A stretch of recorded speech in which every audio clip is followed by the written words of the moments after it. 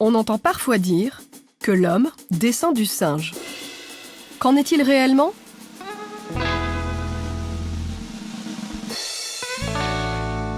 Allons voir les chiffres.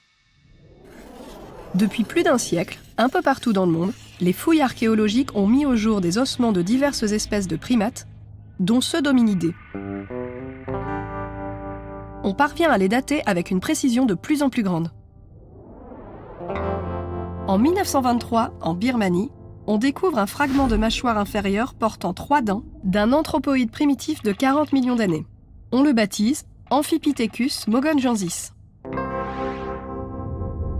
En 1948, sur l'île de Rusinga dans le lac Victoria, en Afrique de l'Est, une moitié de crâne, des mâchoires et des dents, datées de 20 millions d'années, marque la découverte de l'un des plus anciens singes sans queue que l'on connaisse, le Proconsul africanus.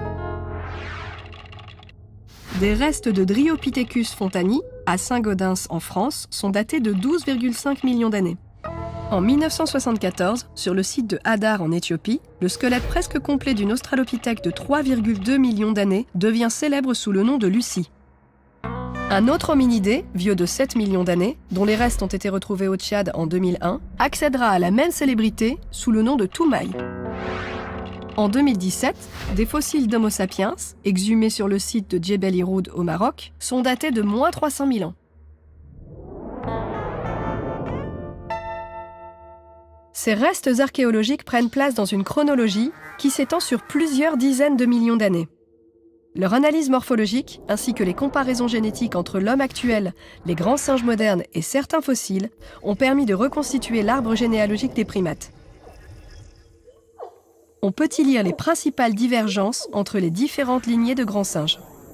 Celle menant au gibbon actuel il y a 20 millions d'années, celle menant aux orang-outans il y a 16 millions d'années, ou encore celle menant aux gorilles actuels il y a environ 10 millions d'années.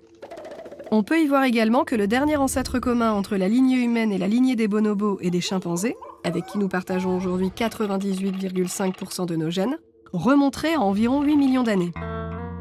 Dans cette généalogie, il est parfois difficile de déterminer qui est homme et qui est singe. Mais il est en tout cas inexact de dire que l'homme descend du singe. Il est bien plus juste de constater simplement que l'homme actuel et les singes modernes ont un ancêtre commun.